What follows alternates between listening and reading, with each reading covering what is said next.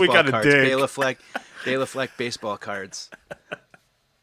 But what I loved about playing with Chick Corea is he was like he wasn't into any of that. Like he would wear you know what old guy sneakers Oh, are. You know they're like gray. They're like geriatric sneakers, and he would wear whatever he felt like. He was just like not. He was so casual about it, and he wasn't going to like make the performance. It was just part of his day. Like, oh, okay, we're going to go on stage. I once in a while would overdress, like with some nice shirt, or like really try to look good for the gig with something, and um, it didn't seem to work. So I went back to the black T-shirt, because it was he was just not worried about that. That's the He great. always looked good, but he looked good like a normal person. And then you look at Future Man, Yeah, right.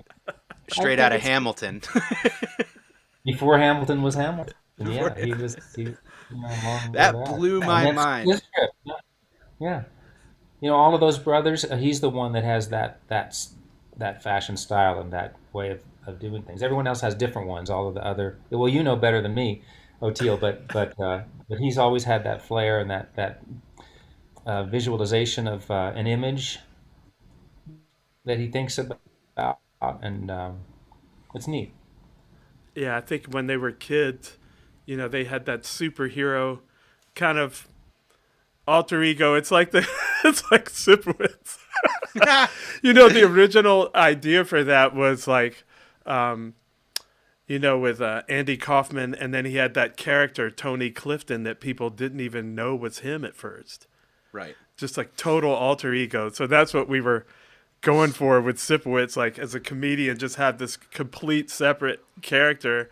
And that's kind of like Future Man. He just like is the character, like he's merged his superhero with his Earth self. It's like Bootsy or something. Yeah, I Yeah, love it. Bootsy. Yeah. right. Right, like Bootsy, yeah. Bootsy's that exact same thing. And I then like Prince was, Prince would walk in a room and it was a thing. I mean, I have to say, a guy like Bill Monroe was the same way. He carried himself, he dressed a certain way, he showed up. When he walked in the room, you noticed. It was like, oh my gosh. And I guess, but Earl Scruggs wasn't really like that. He wasn't really like that. He was more of a regular guy. So you ended up talking a lot more about Bill Monroe than you talked about Earl Scruggs, in the bluegrass world. Because there was so much drama all the time. He said this, he did this. It's crazy. Good behavior is not rewarded in show business. No, not very true.